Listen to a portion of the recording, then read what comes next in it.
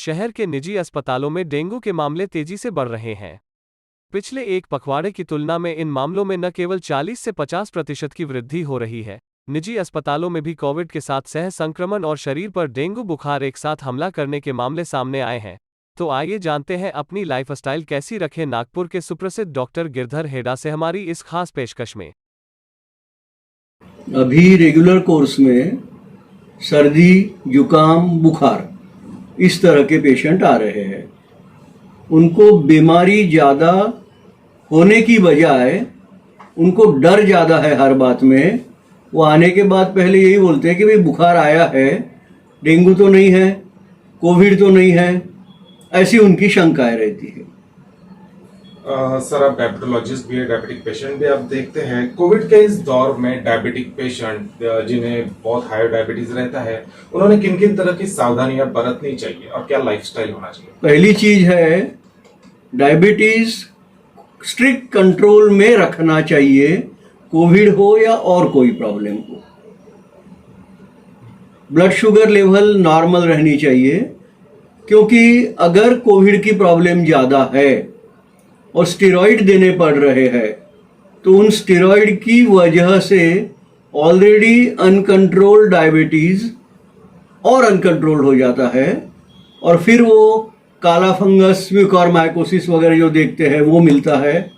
Then diabetes की complications आती है, ऑक्सीजन सैचुरेशन कम ज़्यादा होते रहता है, और ultimately patient lands in trouble.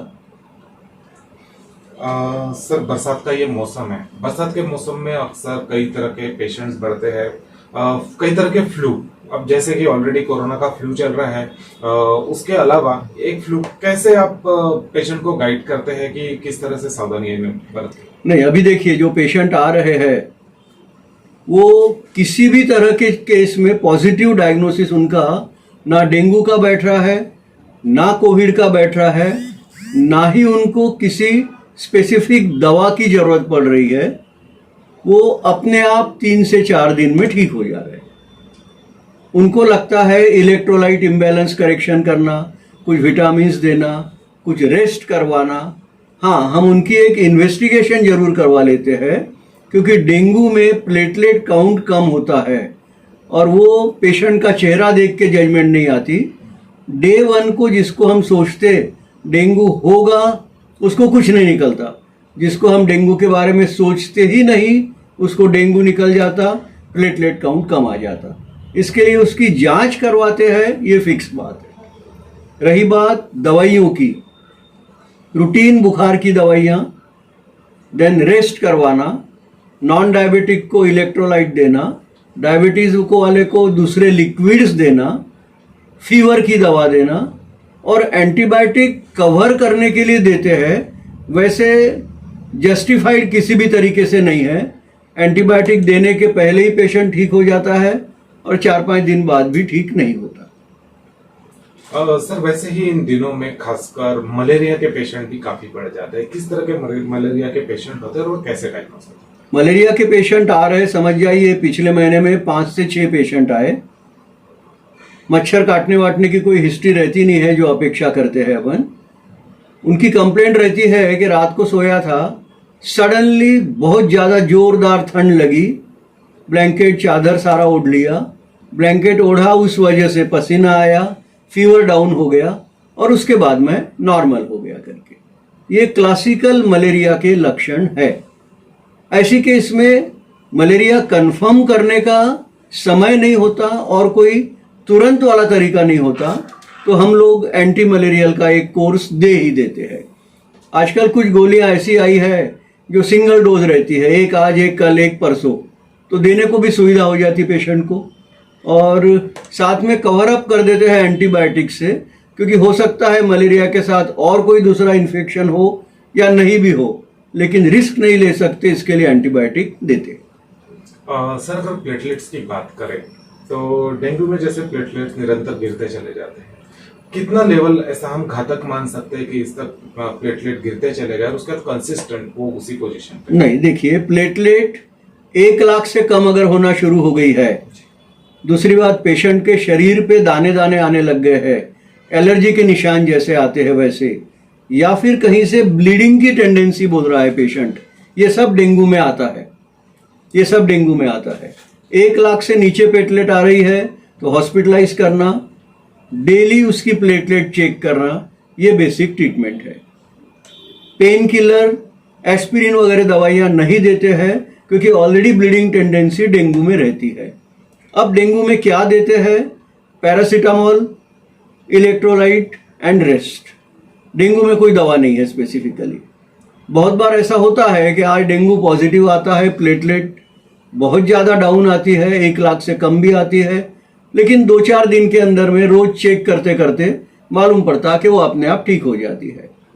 Actually patient second day ही घूमना फिरने लग जाता है क्योंकि उसको अच्छा लगता है। इसमें पपीता लीव देते हैं प्लेटलेट बढ़ाने के लिए, और उसकी कुछ एलोपैथी में दवाइयाँ भी आई हुई है, वो भी देते हैं। लेकिन कौन सी चीज कितना असर करती है ये भगवान जाने। देते हैं, ये बात सही है। अब आते हैं हम थर्ड वेव की तरफ। कहा जा रहा है, आशंका जताई जा रही है कि थर्ड वेव आएगी। आप एक फैमिली फिजिशियन है, आप बच्चों को भी चेक करते होंगे, तो किस तरह का ये थर्ड वेव हो सकता है, कितना घातक हो सकता है और इससे किस तरीके से सुरक्षित रहा जा सकता है? ऑनेस्टली आप पूछे तो अभी मुझे थर्ड वेव का कोई भी लक्षण नजर आ रहा नहीं।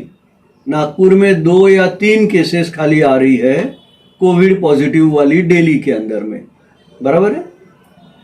और ऑलमोस्ट समझ जाइए महीने में आया तो 1 आध पेशेंट ऐसा आता है जिसका कोविड टेस्टिंग करना पड़ रहा है, अदरवाइज कोई कोविड वगैरह नहीं है। उससे थर्ड वेव के बारे में क्यों बात हो रही, कौन सी बेसिस पे बात हो रही, कभी बोल रहे हैं कि जुलाई में आएगा, कभी बोल रहे हैं अगस्त में आएगा, कभी बोल रहे हैं सितंबर में आएगा, उसकी बेसिस क्या है वो मेरी समझ में नहीं आ रही। मुझे तो ऐसी कोई संभावना थोड़ी कम ही नजर आती है। सर, अब एल्डर पॉपुलेशन काफी वैक्सीनेटेड हो चुके हैं, ओल्ड पॉपुलेशन वैक्सीनेट हो चुके हैं, बच्चे वैक्सीनेटेड नहीं है। क्या बच्चों के लिए वैक्सीनेशन होना चाहिए या फिर नहीं, थर्ड वेव की संभावना भी नहीं है तो इसे नहीं, बच्चों के लिए वैक्सीनेशन होना ही चाहिए, बहुत ज्यादा जरूरी है वो।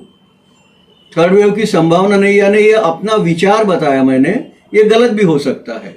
Vaccination is compulsory.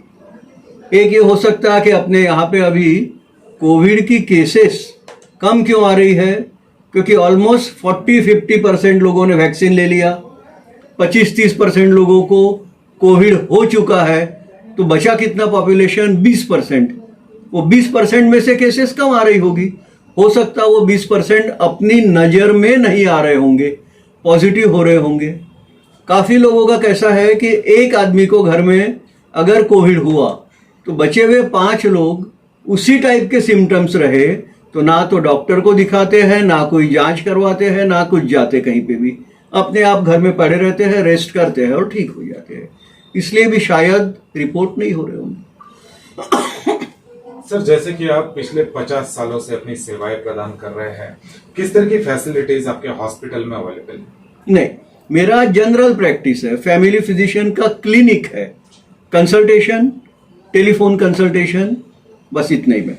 सर, जो दर्शक आपको देख रहे हैं, आपसे किस तरीके से कांटेक्ट कर सकते हैं, किस तरह से वो आपकी सेवाएं ले सकते हैं हमारे दर्शक? मेरा मोबाइल नंबर है, उस पर वो लोग चाहे तो बात कर सकते हैं, व्हाट्सएप पे क्वेश्चन आंसर कर सकते हैं, लेकिन हर चीज का एक निश्चित तरीका, समय होना चाहिए ताकि मेरे को भी असुविधा ना हो और मैं सभी को प्रॉपर रिस्पॉन्स दे सकूं।